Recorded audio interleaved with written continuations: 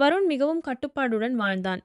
நேரம் தவறாமல் எழுந்து தியானம் செய்வான், குறைவாக பேசுவான், எதிலும் அமைதியாக இருப்பான். இதனால் மற்றவர்கள் அவனை மிக உயர்ந்த சாதகர் என்று நினைத்தனர்.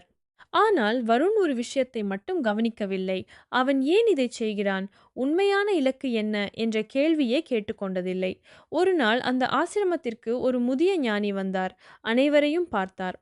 வருணை பார்த்தவுடன் சிரித்தார். "நீ என்ன தேடுகிறாய்?" என்று கேட்டார். வருண் உடனே பதில் சொல்ல முடியவில்லை. "நான் எல்லா ஒழுக்கங்களையும் பின்பற்றுகிறேன், தியானம் செய்கிறேன். அது போதாதா?" என்றான். ஞானி அவனை அருகிலிருந்த குதிரையை காட்டி, "இந்த குதிரைக்கு கட்டுப்பாடு இருக்கிறது. அது சொன்னபடி நடக்கும். ஆனால் அது எங்கே செல்ல வேண்டும் என்று அதற்கு தெரியுமா?" என்று கேட்டார். வருண் மதனமாக இருந்தான். கட்டுப்பாடு மட்டும் போதாது, உண்மையை அறியும் அறிவு வேண்டும். இல்லையெனில் மனிதனும் வழி தெரியாத குதிரையைப் போலத்தான். மனதை அடக்குவது முதல் படி.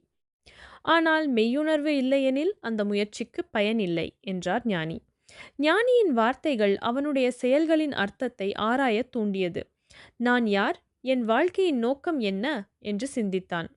மெதுவாக அவன் உள்ளத்தில் ஒரு தெளிவு பிறந்தது. அவன் செய்கிற ஒழுக்கங்கள் இப்போது உயிர்ப்புடன் ஆனது. ஐயுணர் வைத்திய கண்ணும் பயமின்றே மெய்யுணர்வில்லா தவர்க்கு. மனக்கட்டுப்பாடு இருந்தாலும் மெய்யுணர்வு இல்லையெனில் அதற்கு பயனில்லை.